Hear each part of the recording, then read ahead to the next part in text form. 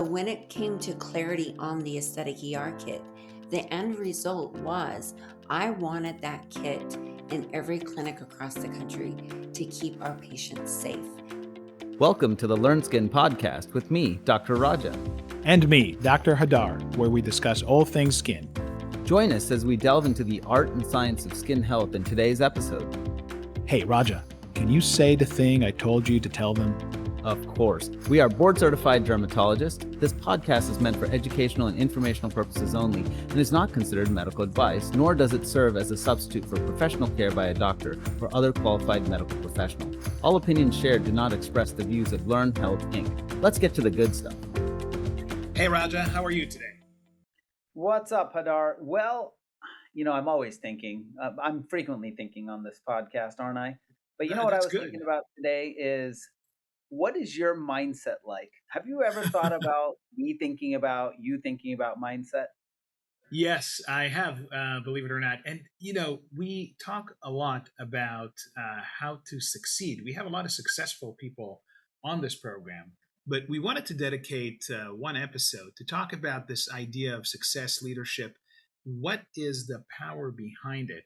And I think it'll be great to have some sort of a role model, someone who's successful, not necessarily directly in dermatology, but more beyond how to build a brand, how to be successful in every aspect, and really bring yourself from the bottom all the way up, kind of bootstrap yourself into success.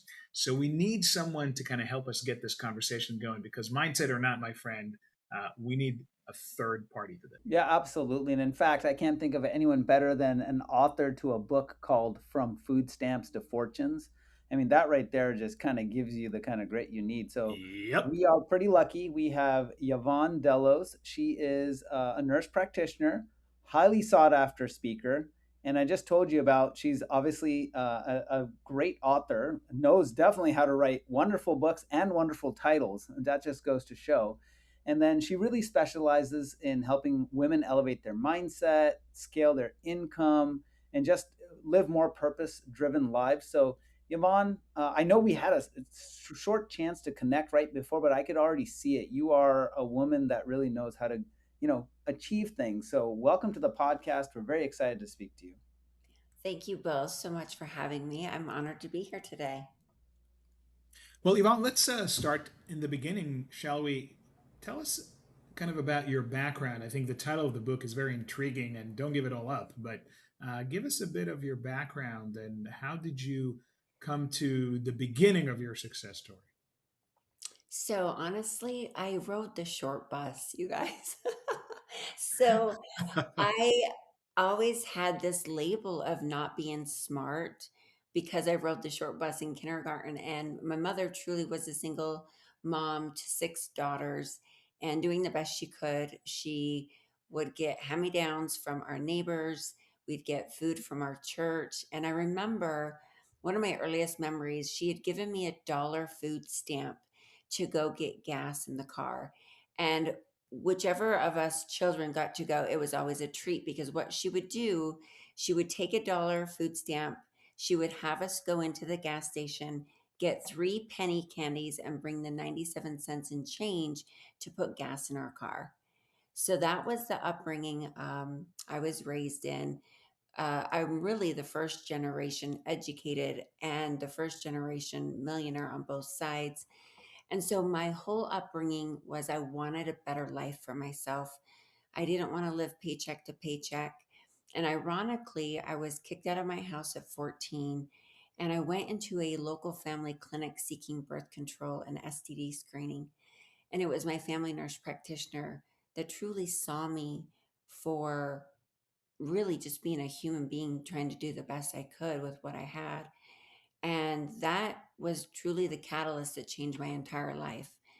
I still talk about her from the stages and I talk about her in my book, but she's the reason I'm a family nurse practitioner today. That's incredible. So, thank you for sharing that, because I think some folks are, I don't know, maybe ashamed of humble beginnings. If that's a good definition. But I think we all have some struggles, and some people have to fight for that 97 cents. For some people, It may not be so desperate, but still it's a struggle. And can you maybe tell us about the mindset that kind of got you to where you are today? So you said from this kind of 3 cents, 97-cent equation to becoming an owner of multiple brands and very successful, obviously, author, etc. What was that mindset behind that really captured all that and allowed you to propel forward? It truly, I think it's a series of things, but in 2004, I was walking through a library in Arizona and a book fell off the shelf and and ironically, I think we attract what we focus on. And the title, it was a Judge Judy book. The title Beauty Fades, Dumb is Forever. And I didn't want to be dumb. Remember, I rode the short bus in kindergarten. I didn't want to Yeah. be, and I wanted to be more than my looks. And so I heard the saying, the more you learn, the more you earn. And that goes back, Warren Buffett says it, but it goes back beyond Warren Buffett. And so I just started reading books and I didn't know how to read well. I still struggle because I wasn't raised reading. My mother, she's 75 years old. She does not like to read. I I I really truly dedicated my book to her, hoping she would at least read one book in this lifetime. But so I've picked up books and I've learned from podcasts like this and really just learned as much as I could. And when I started my own business, I realized that medical providers don't understand business. They don't know business. So I went back to school and earned my certificate in entrepreneur. We have a program here at our local university and it really comes from Duke University. And so I took that training and really just dove into as many books as I can or could to learn as much as I can. And ironically, I just kept learning and growing and it just kept naturally evolving. I mean, I was doing the work, but I would just get ideas. And I learned that most of the time it's the people don't execute on the ideas. And although I didn't know what I was doing, I just kept saying, I'll figure it out. I'll figure it out. And so I just kept learning and reading and just figuring it out as I go. And I ended up building a total of 9 businesses, 11 streams of revenue. And I would just find a need and turn it into an opportunity to serve and an opportunity to profit. And it benefited me well. You know, I really like this concept that you mentioned about the more you learn, the more you earn, because the focus there is on learning. Because, I gosh, agree. all of us are reading, right? And you can see, you know, physicians, nurses, everybody in healthcare, we read a lot. It doesn't mean we really learn, right? And it sounds like you not only are learning from words, but you're learning from events, you know, that what you described in the library and kind of the opportunities that present themselves.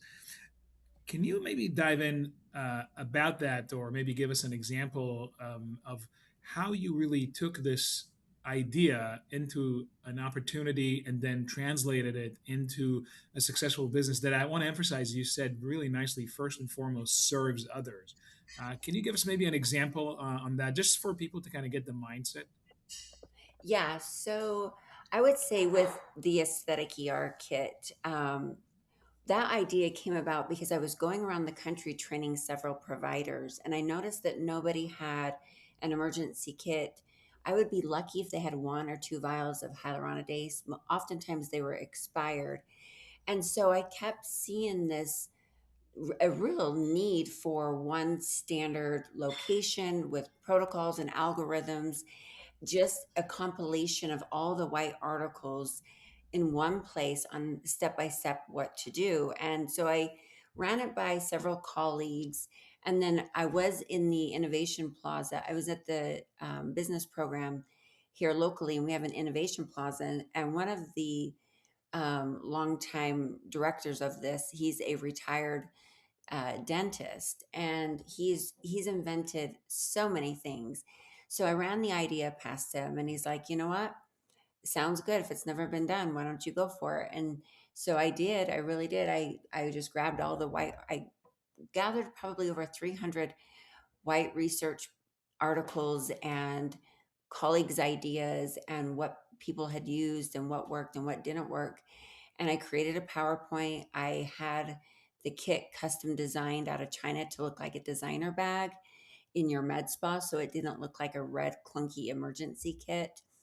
And I created a manual that would fit neatly inside the kit with all the algorithms, all the protocols from all these articles and books, and it ended up being a huge success. And still, I mean, it's 6 years later and there's no competition. It's still the one and only, although I have sold it to a student and she's running with it and she's revamped it even more. But I really do believe that we carry labels that limit us and hold us back, but we are so brilliant. We are creators. We are designed to create and always expand and evolve and utilize one another as resources. And I mean, if you would have asked me, 15 years ago when I got into this industry, if I'd be a leader and if I'd be creating things that would be used throughout the industry, I would have never believed you. And so, since I've been able to create these things and build a massive community, I realized that I really can do just about anything I put my mind to, as long as I believe in myself and I execute on the idea. And I love helping women see that potential within themselves. I help a lot of men too. I started doing a lot of business coaching because I realize, again, we don't understand business as well as we should as clinicians. And if I can help speed someone else's success rate up, mine, it took me over 10 years to get where I'm at.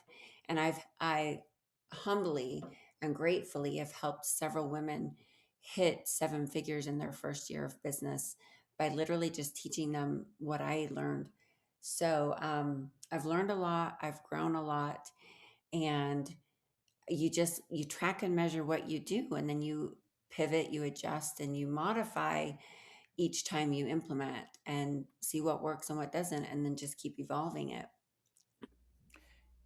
Yvonne, this is so interesting. I really appreciate you kind of walking us through this whole process. And what do you tell someone that's starting early and just is maybe trying to afraid of failure?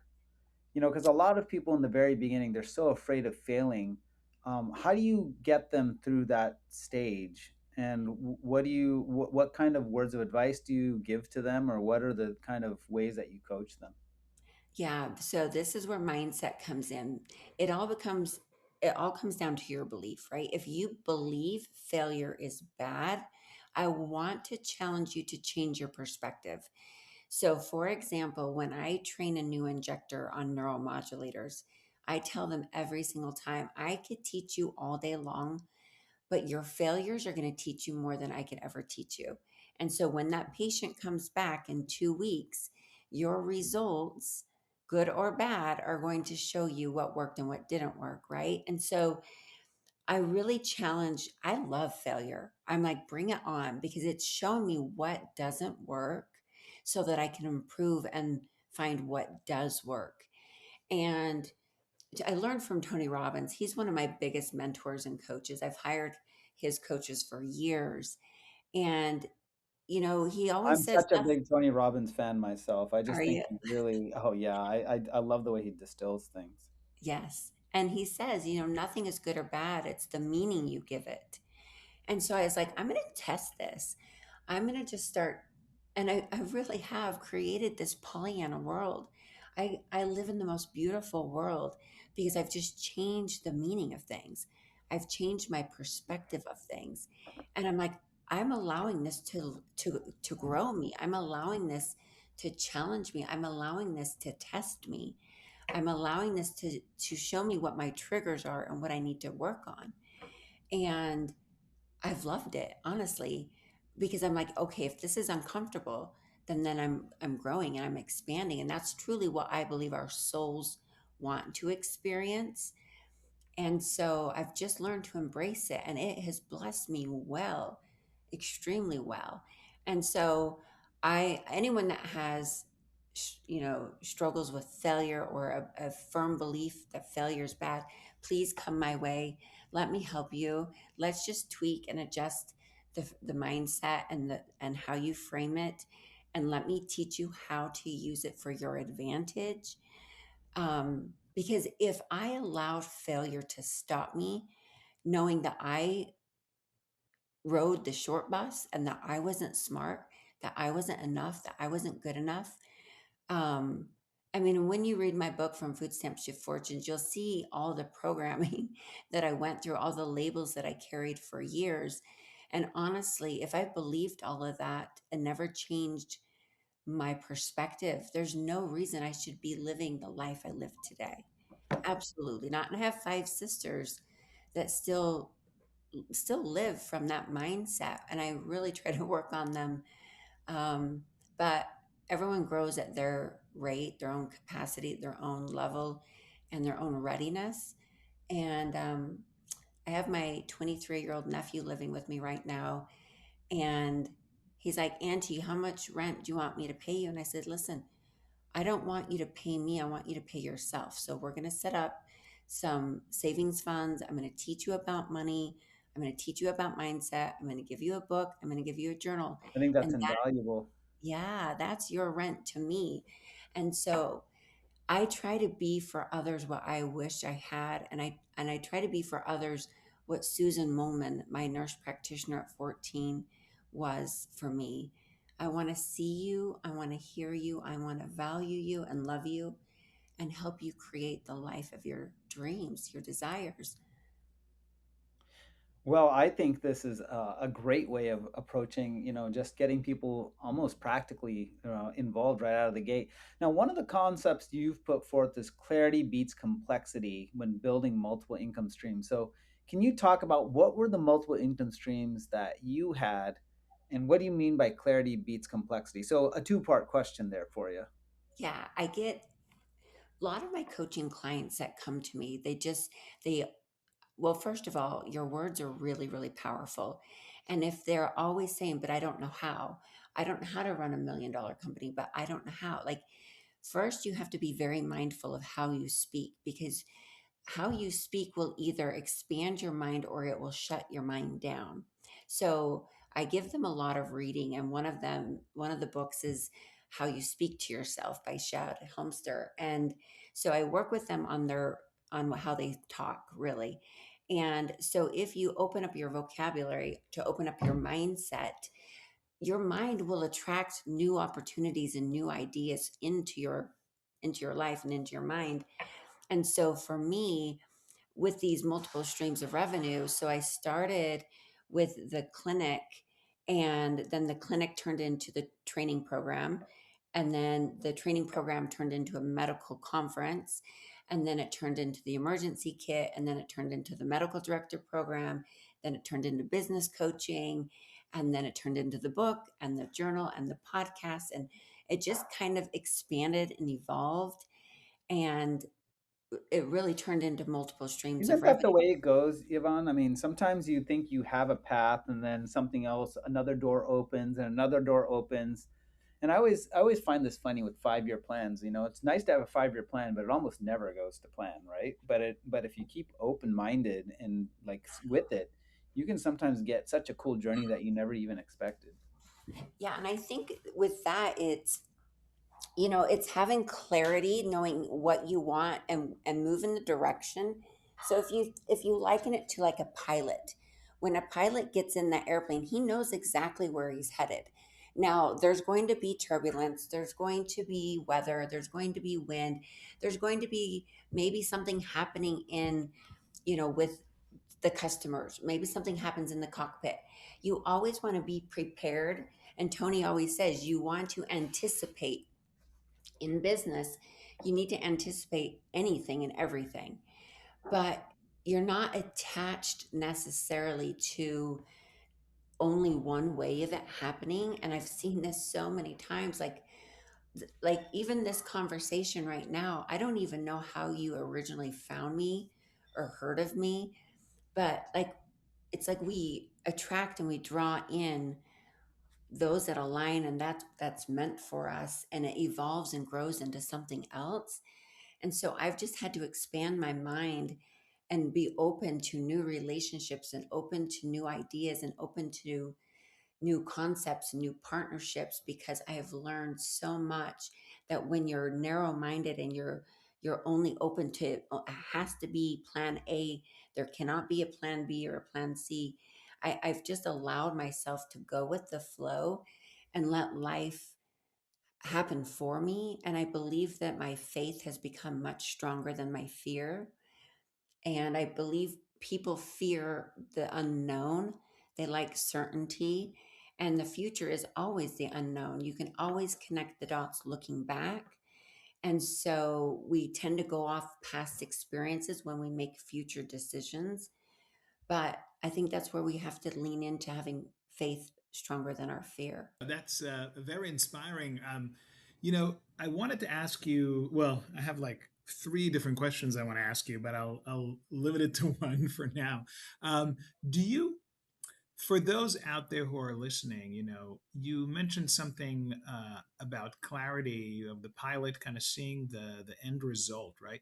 And when you start like with a product development or even with a business, you don't always know how it's going to look at the end, right? If I told you that your meeting or your emergency kit are going to look the way they look right now, you would say, "Oh, I never thought it would look like that." So you don't really have that clarity, do you? So what is it that you're clear about? Is it you clear about the need? You clear about where you want to do? Can you maybe sharpen that point? Because I feel like some folks out there listening to us, they have like a great idea. They identify the need and they're not sure, and then they start it, and immediately things evolve and change, and they're maybe afraid of that. They're kind of locked in. They have, this kind of inventor syndrome or owner syndrome, and they're kind of nervous about anybody trying to change that. So where is that balance between that focus, that clarity about where you're going versus being open to change?